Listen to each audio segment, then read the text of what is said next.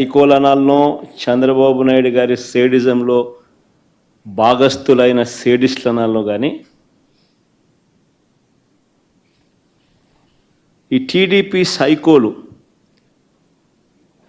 కర్రలతో రాళ్లతో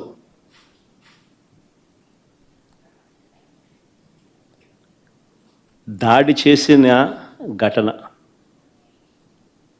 ఆమె చేసిన తప్పేమిటి అని అడుగుతా ఉన్నా. ఆమె చేసిన తప్పేమిటి అని అడుగుతా ఉన్నా.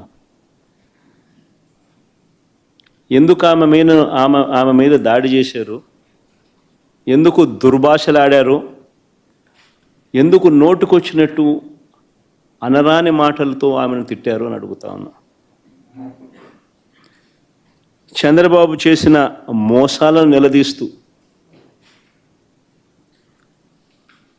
ఏమైనా అయ్యా నీ సూపర్ 6లు సూపర్ 7లు, రీకాలింగ్ చంద్రబాబుస్ మేనిఫెస్టో, చంద్రబాబు నాయుడు గారి మేనిఫెస్టోను గుర్తు తెచ్చుకుంటూ అనే కార్యక్రమంలో పాల్గొంచుకుంటూ చంద్రబాబు నాయుడు గారిని ఈ సంవత్సర కాలంలో జరిగిన నష్టం, మా ప్రజలకు, మాకు, మా వాళ్లకు ఇంత నష్టం జరిగింది అని చంద్రబాబు నాయుడు గారిని ప్రశ్నించే ఈ కార్యక్రమం ఏర్పాటు చేస్తే ఆ కార్యక్రమానికి వెళ్తూ ఉందాము.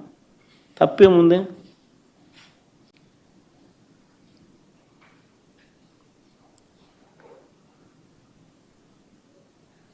సాయంత్రం 5 గంటలకు మొదలైంది ఈ మీద దాడి. దారిలో పోతా ఉంటే కారును అడ్డగించినారు. 5 గంటలకు మొదలైతే 6:30 వరకు ఈ దారి కొనసాగింది. ఆమెను కారులో కూర్చోబెట్టి ఆమె భర్తను కారులో ఉంచి కారులో ఉండగా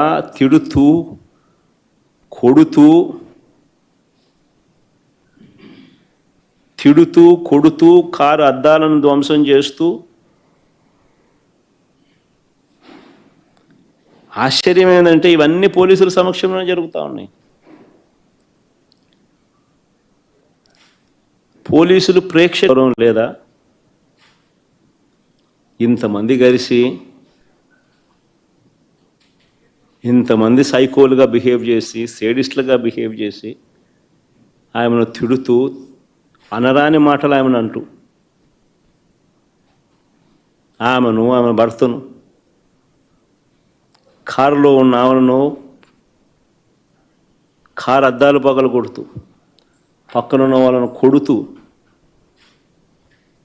దారి కాచి కారు ఆపి పోలీసుల సమక్షంలో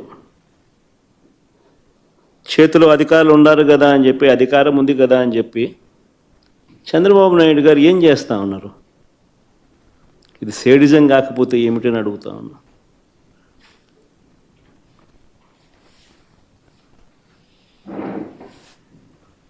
పైగా ఇంతటి హేయమైన దాడి చేసి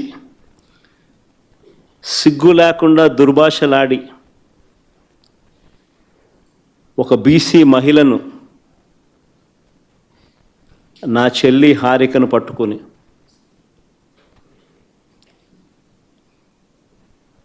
మహానటి అని తెలుగుదేశం వాళ్ళు మాట్లాడుతున్నారు.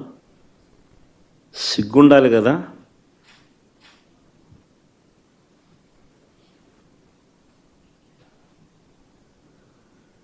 మీరు తప్పు చేసి అనకూడని మాటలు మీరంటూ కారద్దాలు పగులు కొట్టి దాడి చేసి ఆమెను మహానటి అంటారు.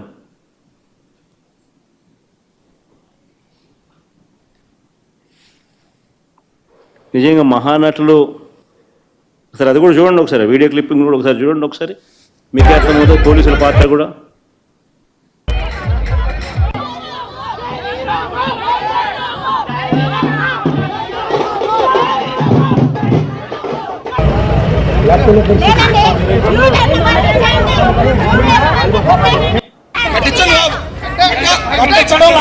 జరగాల్సిందే కట్టాలి.